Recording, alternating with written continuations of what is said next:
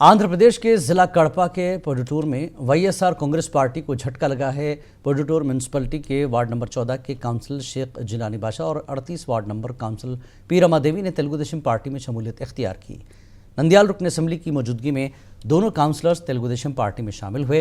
Party Khandwa पहनाकर रुकन assembly ने काउंसलर्स का तेलुगु देशम में इस्तकबाल किया। इस मौके पर तेलुगु देशम पार्टी के कारकुन व दीगर भी मौजूद थे।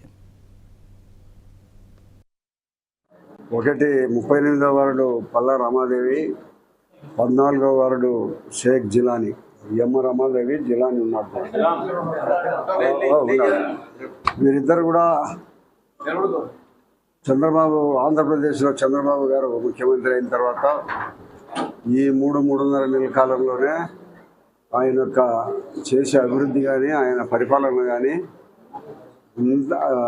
ఆంధ్ర రాష్ట్రము అభివృద్ధి చెందే వైపు పోతూ ఉందని మరి ఆలోచనతో వారు కూడా పేపర్లు చదివి వార్తాంశాన్ని తెలుసుకున్న తర్వాత ఈ చంద్రబాబు గారి నాయకత్వంలోనే రాష్ట్రం అభివృద్ధి చెందుతుంది, మన పొద్దుటూరు అభివృద్ధి చెందుతుంది, మన వార్డులు కూడా అభివృద్ధి చెందుతాయని ఒక మంచి ఆలోచనతో